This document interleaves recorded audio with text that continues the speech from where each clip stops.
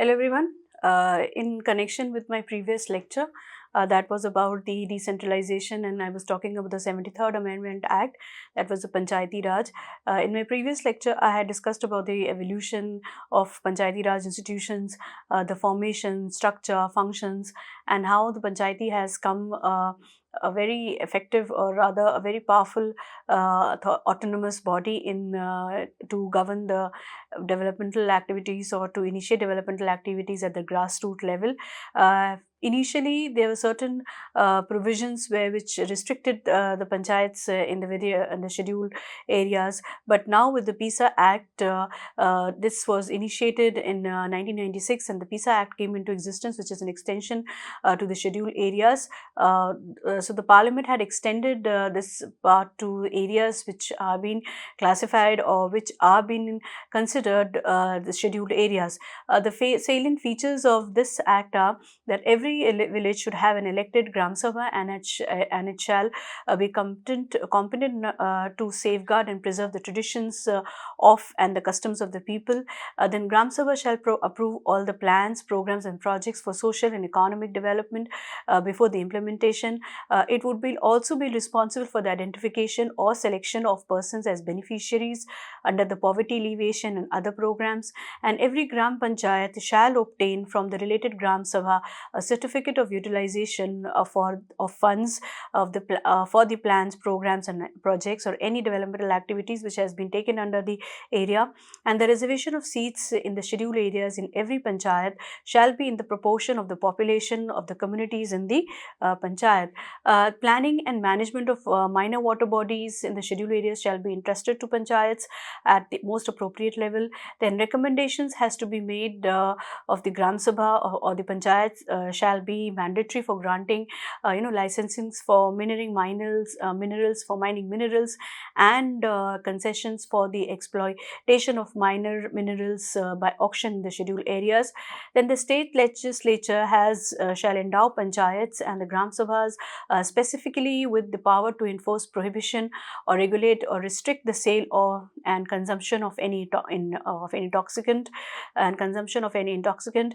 Then the ownership of minor forest produce, the power to prevent land alienation in the scheduled areas, the power to manage village panchayats, the power to control money lending to scheduled tribes and social sectors, the power to control local plans and resources for such plans, including tribal sub-plans, and the state legislations that may endow panchayats with powers and authority as may be necessary to enable them to function as institutions of self-government, and contain safeguards to ensure that panchayats at the higher level do not assume the powers and authority of any panchayats at the lower level of the Gram Sabha.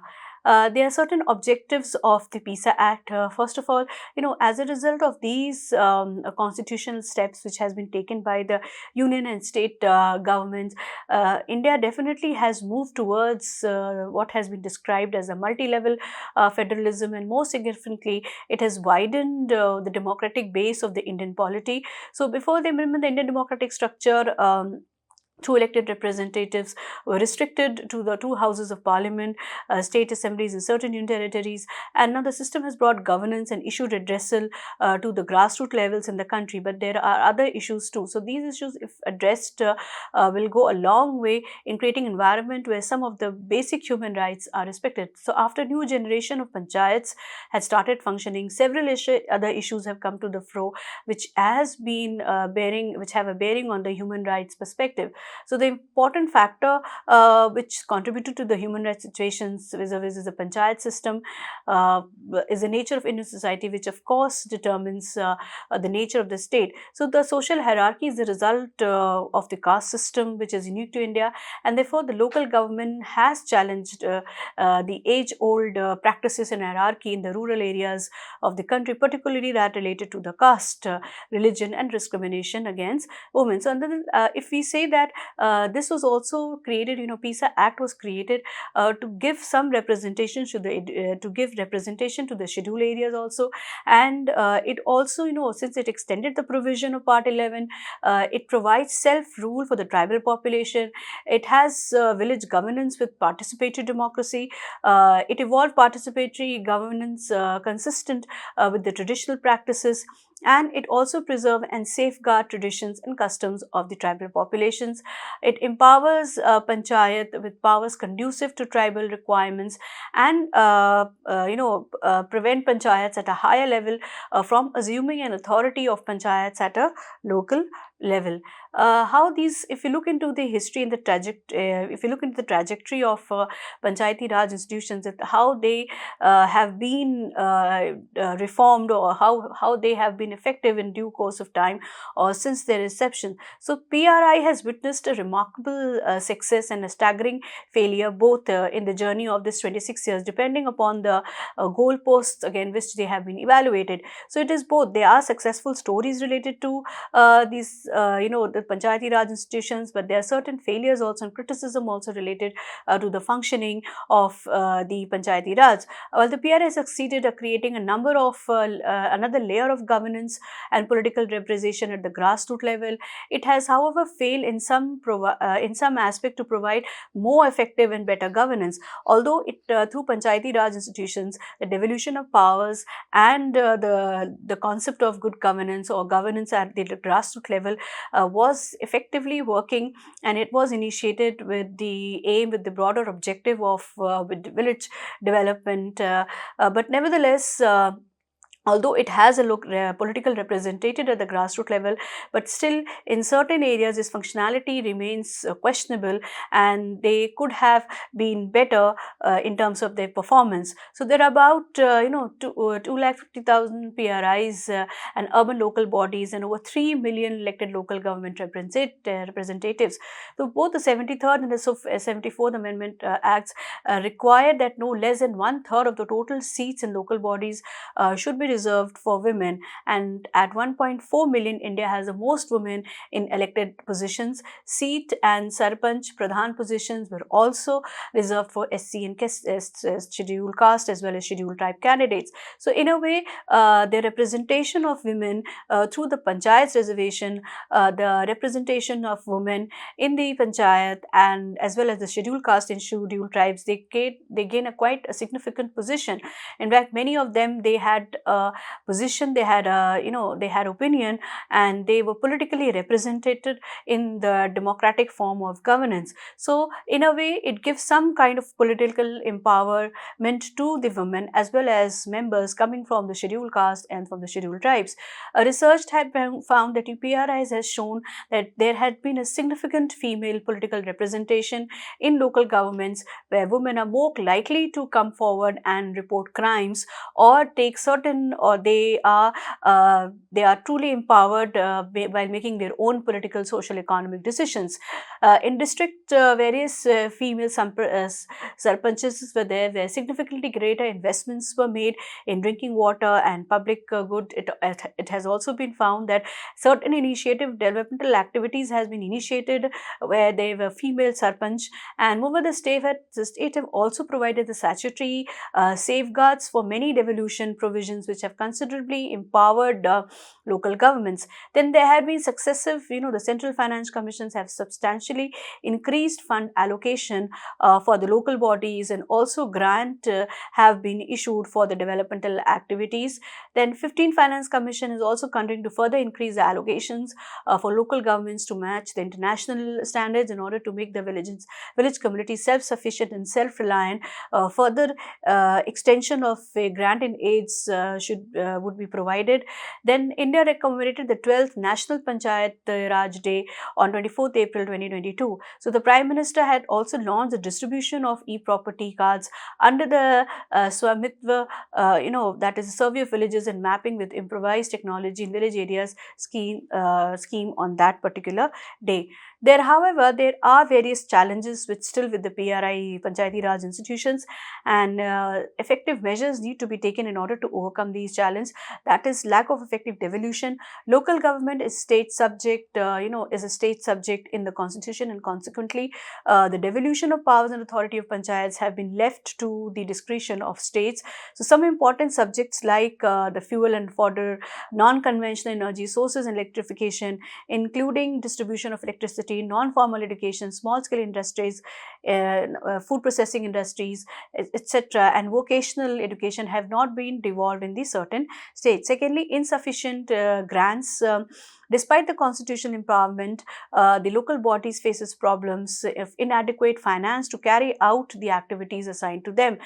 Transfers made through the state finance commissions are also meager in many of the states, and in most of the states, most of the GPs are, Gram Sabhas are found reluctant to raise their own source of revenue, and only few of them, they have certain taxes or non-tax revenue by renting shops, house. Then issues of sarpanch pati.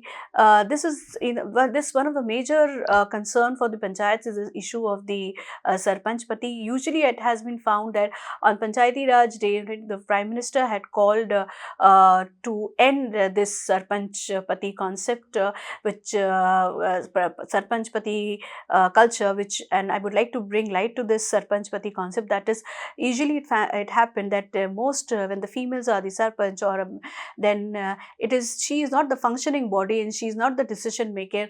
Neither she looks after into the welfare or developmental activities. She is just a merely elected member, but all the functionaries, all the functionality has been entrusted upon the sarpanch's husband. So the concept of sarpanch pati was quite prevalent, and on this Panchayati Day, Raj Day 2015, the Prime Minister had called to end this sarpanch pati culture all over. Although it is still very much prevalent in the society, mainly due to gender biases, women illiteracy, and patriarchal society, this has come to an end, and this is quite evident because of these factors, particularly the women's inactive role in the legislative or in the administrative functions of the village community. Then there are certain infrastructural challenges too. Some of the GPs, some of the Gram panchayats, they do not have their own building, and they need to have share space with schools or Anganwadis center and other places. Some have their own building but without any basic facilities like toilets, drinking water facilities, electricity connection, and so on. So Gram Panchayats have internet connections. They are not functional in many cases. So for any data entry purposes, Panchayat officials have to visit the block development offices, which makes the works further delayed. Then there's a lack of support staff. The Standing Committee on Rural Development in July 2018 observed that there is a severe lack of support staff and personnel in Panchayat, such as the secretary, junior engineers, computer operators, and data entry operators. So this affect their functioning and delivery of services by them. Then there's lack of convergence of various government programs. There is a clear lack of convergence of various developmental programs of the center and the state governments. Like, for example, roads in two different patches are constructed utilizing two different sources of funding, but it is difficult to find out. One large activity with funding from multiple sources. So different guidelines by different departments are again cited as a major constraint for lack of convergence of the various activities. However, since these were the challenges, but there is a way forward and one can look into what can be done. So the need of the hour is to bring about a holistic change in the lives of the beneficiaries among the village by uplifting their socioeconomic and health status through effective linkages through community, governmental, and other developmental agencies. Secondly, government should take remedial action in the interest of democracy, social inclusion, and cooperative federalism. People's demands for the sustainable decentralization advocacy advocacy should focus on a decentralization agenda, and the framework needs to be evolved to accommodate the demand for decentralization. And it is important to have clarity in the assignment of functions, and the local governments should have clear independent source of finance. And also their initiatives has to be taken in order to bring about effective and to provide the support staff, to bring them effective mechanism for the proper and smooth functioning of the panchayat in the village. So Panchayati Raj has been heralded as a social revolution in the country, no doubt. It was established in the country on the basis of Balwant Rai Mehta Committee recommendations. So by the 73rd Constitutional Amendment Act of 1992, Panchayat have been given a constitutional status, and it is stated that none of the states have achieved complete devolution from states to panchayats, but the 73rd Constitutional Amendment has provided continuity and space for vulnerable groups and women in these institutions. And the studies they have also revealed that the institutions could not perform effectively in most of the states. Even states have not performed the duties as expected to strengthen the panchayat as rural self-government. So in this context, the union government as well as the state government must contribute effectively to conscientize the citizens, administrators, political leaders, as well as civil society to strengthen the institutions of self-government through joint efforts. And in addition, proper devolution of funds will bring effectiveness, responsiveness, and efficiency in the delivery of public services. So the trust of the state government on village panchayat and gram sabha and the flexibility to utilize funds will result in achieving sustainable development goals and all-round development. That was about the Panchayati Raj institution. Now I will talk about the 74th Amendment Act, that is the urban local bodies and the municipalities. The 74th Constitutional Amendment Act was first passed in June 1st, 1993, granted special provisions and superiority to urban councils, to urban municipal councils, therefore constitutionalizing them too. With the enactment of this legislation, a structure for institutionalizing local management of urban areas by autonomous urban local organizations was established. And with the passage of this law, the municipality, which is an urban local government entity, was subject to the laws outlined by the Indian Constitution. The major objective of the 74th Amendment Article was 245, which revitalized urban localities and shows that advancements would take place across the board for the country. Part 9A, which included Articles 243P to 243ZG, was introduced to the Constitution as a component of the 74th Amendment of the Indian Constitution to provide consistency in the legislations issued for the municipalities. So Article 243W of the 74th CA authorized the state legislature to enact laws to endow local bodies with powers and authority as necessary to enable them to function as institutions of self-government and make provisions for the devolution of powers and responsibilities. So the 74th Amendment Act has added Part 11A to the Constitution of India, and this part is entitled as the municipalities, and it consists of provisions from Article 243P to Article 243ZG. Additionally, the Act also added a 12th schedule to the Constitution, and this schedule contains 18 functional items of municipalities. The Act has brought municipalities under the purview of the justiciable part of the Constitution, and in there was the state governments are under constitutional obligation to adopt the new system of municipalities in accordance with the provision of the Article 243Q. And the Act aims at revitalizing and strengthening the urban government so that they function effectively as units of local government. If you look into the history of 74th Amendment Act, in 1989, Rajiv Gandhi government introduced the 65th Constitutional Amendment Bill, Nagar Palika Bill, in the Lok Sabha. The bill aimed at strengthening and revamping the municipal bodies by conferring constitutional status on them. Although the bill was passed in Lok Sabha, it was defeated by Rajya Sabha in October 1989 and hence it was lapsed. However, the National Front government under the VP Singh introduced the revised Nagar Palika Bill in the Lok Sabha again in 1990. 1990, and however the bill was not passed and finally lapsed again due to the dissolution of the Lok Sabha. However, in PV Narasimha's Rao government, it also introduced the modified municipalities bill in the Lok Sabha in September 1991. It finally emerged as the 74th Constitutional Amendment Act of 1992 and came into force on June 1st, 1993. There are certain important significance of the Act. First, towns and cities, they equally contribute substantially to the economic development of any country. These urban centers also play a significant role in the development of the rural hinterland. To keep this economic transformation in line with the needs and realities at the grassroots level, it becomes necessary that the people and the representatives are fully involved in the planning and implementation of the program at the local level.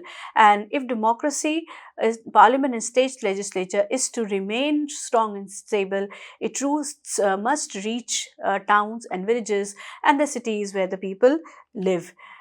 The objectives of the 74th Amendment Act were as follows: that it had endowed the urban local government a separate constitutional entity. Local government was also introduced in metropolitan areas with a constitutional basis. So, municipalities now they have the constitutional right to the statute. As a result, they now fall under the protection of the justiciable provisions of the Indian Constitution. And in other terms, the state and the local government must implement the proposed municipality system in compliance with the requirements of the 74th Amendment Act within the terms of the Constitution.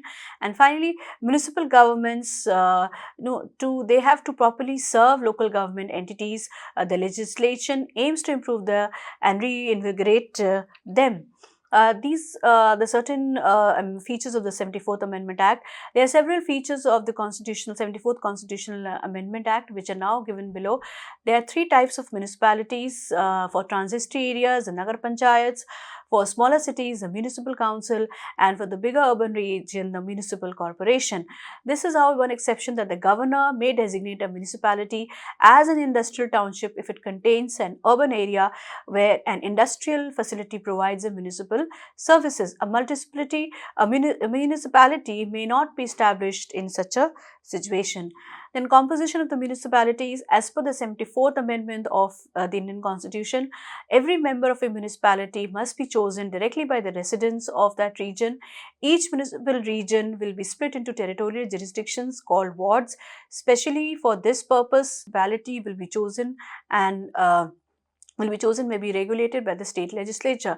Then ward committees in municipalities. According to the 74th Amendment Act, within the boundaries of a municipality with at least 3 lakh residents living in a society, a ward committee composed of one or more wards must be formed. Then other communities of municipalities. The 74th Constitutional Amendment allows the formation of other communities of municipalities as well. That is, the state legislatures may also set any provisions for the formation of any other committees apart from the ward committees, and the leader of these committees may become municipally elected officials. Then reservation of seat, like in the panchayats, there is a reservation of seats for the scheduled caste and scheduled tribes in accordance with the population.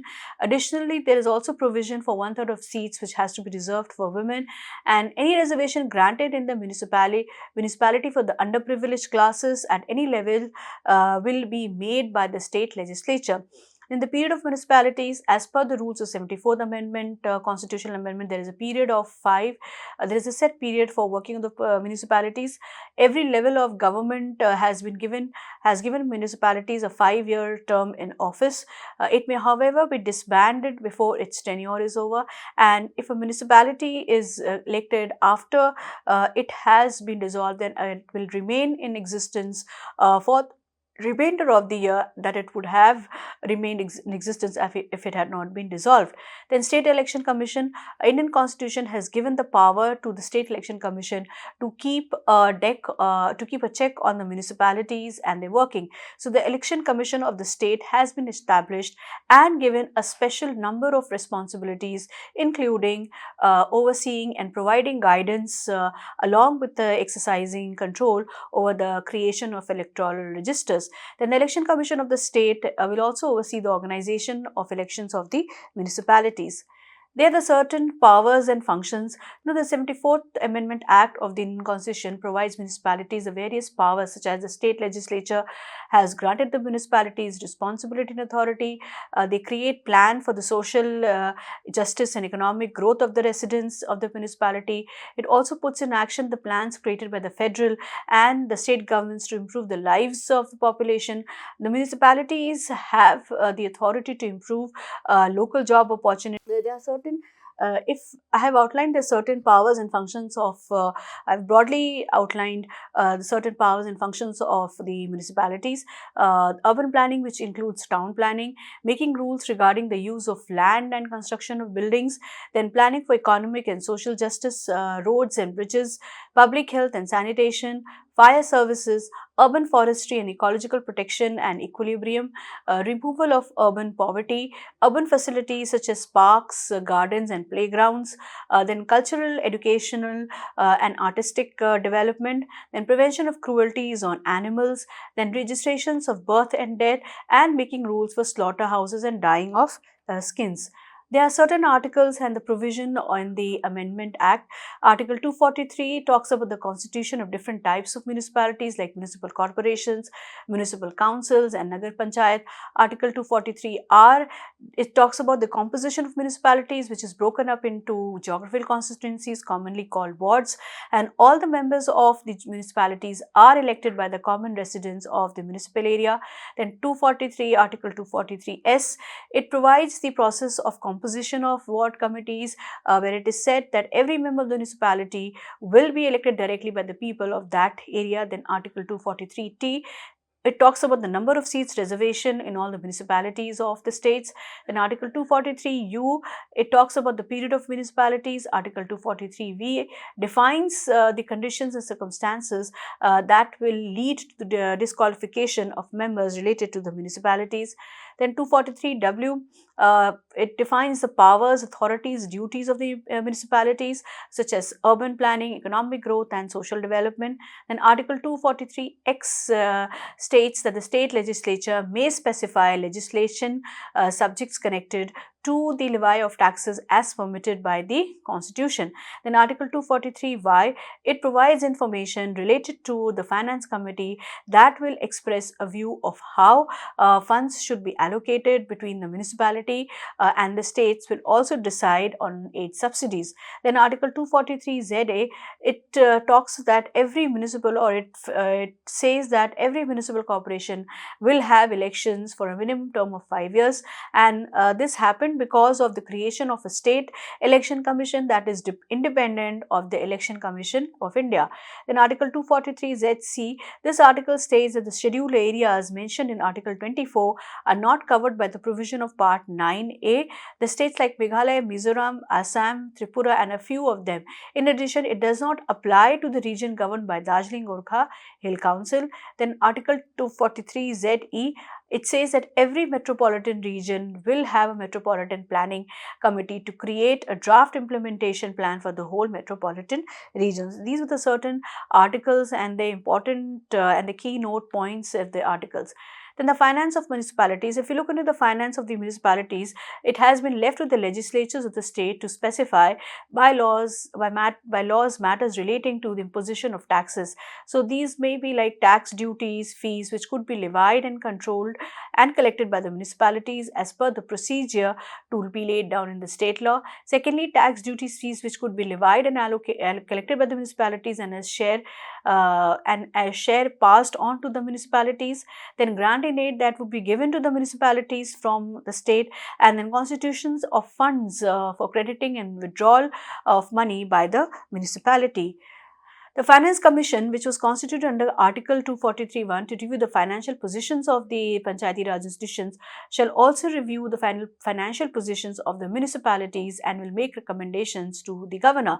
And these recommendations would be like the distribution with the state and the central between the state and municipalities of the net proceeds of the taxes, duties, tolls, and fees levied by the state, allocation of share of such proceeds between the municipalities at all level in the state, then determination of tax, duties, tolls and fees to be assigned or appropriated by the municipalities, then granting aids to municipalities from the consolidated fund of the state.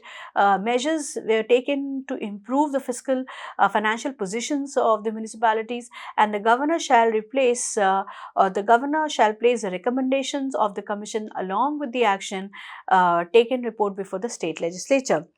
Then the elections to municipalities, the superintendent's direction and control of the preparation of the electoral rolls for and the conduct of all elections to the panchayats and municipalities shall be vested in the State Election Commission. Then it also looks into the audit and accounts. The maintenance of the accounts of the municipalities and other audits shall be done in accordance with the provision in the state law, and the state legislatures will be free to make appropriate provisions in this regard, depending upon the local needs and institutional framework available for this purpose. Then committee of district planning, every state shall constitute at the district level a district planning committee to consolidate the plans prepared by the panchayats and the municipalities in the district and to prepare a draft development plan for the district as a whole. Planning and allocation of resources at a district level for the Panchayati Raj institutions are normally to be done by the Zilla Parishad. Then the Metropolitan Planning Committee, every metropolitan area shall have a Metropolitan Planning Committee to prepare a draft development plan, continuance of existing laws and municipalities. Then all the state law relating to municipalities shall continue to be in force until the expiry of 1 year from the commencement of this act. Then in other words, the states have to adapt the new system of municipalities based on this act within the maximum period of 1 year from June 1st, 1993, which is the date of commencement of this act. And then however, all municipalities existing immediately before the commencement of this act shall continue till the expiry of their term and till the expiry of their term unless dissolved by the state legislature or sooner. Then bar to interference by courts in electoral matters. The Act bars interference by courts in the electoral matters of municipalities. It declares the validity of any law relating to the delimitation of constituencies or the allotment of seats to such constituencies cannot be questioned in any court. It further lays down that no election to any municipality is to be questioned except by an election petition presented to such authority and in such a manner as provided by the state legislature. There are certain types of urban governments. The following 8 types of urban local bodies are created in India for the administration of urban areas: municipal corporation, municipalities, notified area committee, town area committee, a cantonment board, township, port trust and special purpose agency. However, there had been certain criticism related to the municipalities. 25 years ago, the constitution had underwent what is arguably is the most significant transformation with the passage of 73rd, mandating the creation of panchayats, and 74th, which is about the creation of municipalities. Well, the 73rd came into force on April 24th, 1993. 74th came into effect in June 1st, 1993. As the central government smart cities mission complete 3 years this month, it's right time to examine India's driest with municipal governance. Much has been written about the failure of the states to implement the provision of the 74th Amendment. However, it has becomes imperative to also examine concerns in the underlying constitutional design of the urban local government and the politics impending this amendment's operation. So, the implementation failure narrative tends to focus on how local governments are financially constrained and do not have the administrative capacity to carry out its functions. And it was also important to explore how urban local governments are actively disempowered and depoliticized as an institutions. So, however, it is important to examine concerns also in the underlying constitutional design of urban local government and the politics impeding this amendment's operation. So the implementation failure narrative tends to focus on how local governments are financially constrained and do not have that administrative capacity to carry out its functions. So it is important to explore how urban local governments are actively disempowered and depoliticized as an institutions. But these are the certain criticism. However, if I, in order to give a brighter picture of the municipalities, like the panchayats, the municipalities too had been endowed with certain autonomy, and the municipalities, they were concerned to make the towns and cities, well balanced, economically more sound, stable, with a lot of developmental initiatives which has been taken, like construction of roads, looking after electrifying the area, trying to bring about electrification in the concerned areas, looking into the drainage system, the sewage system, housing planning, the plans which has been town planning or urban planning in terms of infrastructure development or in terms of housing facilities are all under the purview of the municipalities. Although there is a concerted effort from the state legislature, or there is a cooperation and coordination from the states, nevertheless it is the municipalities who are more concerned about maintaining cleanliness, maintaining hygienic practices, talking about the infrastructure development, making a state or making a district more smart in their appearance, and in making a much more, making a much more pleasant, or rather safe and secured environment for the urban local bodies. Thank you all. This was all about my lecture about the decentralized planning, where I have discussed both the 73rd as well as the 74th Amendment Act. And in the next lecture, I would start with the social welfare concept, and I would taking up the welfare measures for certain marginalized group. Thank you.